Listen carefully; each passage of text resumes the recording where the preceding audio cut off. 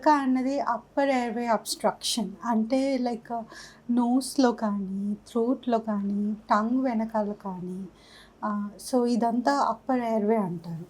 So ఈ ఏరియాలో ఏదన్నా అబ్స్ట్రక్షన్ ఉంటే ఆ ఎయిర్ ప్యాసేజ్ అన్నది మనం బ్రీత్ ఇన్ చేసేటప్పుడు ఆర్ బ్రీత్ అవుట్ చేసేటప్పుడు నార్మల్‌గా ఫ్రీగా జరగకపోవడం వల్ల గురక వస్తుంది.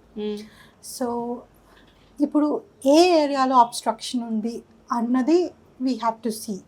ఫర్ ఎగ్జాంపుల్ సమ్‌టైమ్స్ కొంతమందికి నోస్ బ్లాక్ ఉండడం వల్ల జస్ట్ జలుబు ఉంటే కూడా గురక రావచ్చు. అంతే కదా. కొంతమందికి ఒబెసిటీ వల్ల లైక్ ఎక్కువ వెయిట్ ఉండడం వల్ల, నెక్‌లో ఫ్యాట్ డిపాజిషన్ ఉండడం వల్ల there is a pressure on the throat structures. దానివల్ల కూడా గురక రావచ్చు.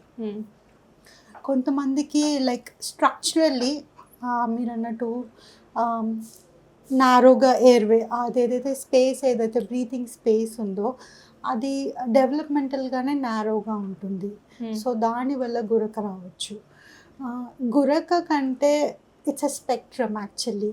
So is it simple snoring అంటే సౌండ్ ఒకటే వస్తుందా, లేదా ఈజ్ ఇట్ స్లీప్ యాప్నియా అంటే పడుకున్నప్పుడు గురకతో పాటు ఆ ఎయిర్ ఫ్లో అన్నది తగ్గడం వల్ల ఆర్ హ్యాంపర్ అవ్వడం వల్ల ఆక్సిజన్ లెవెల్స్ అఫెక్ట్ అయ్యి అంటే దానివల్ల స్లీప్ డిస్టర్బ్ అవ్వడం, దాన్ని మనం స్లీప్ యాప్నియా అంటారు.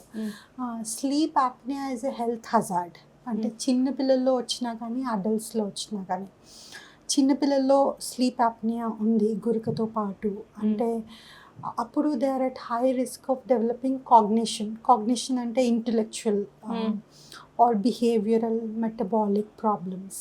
అందుకే it is really important to treat children.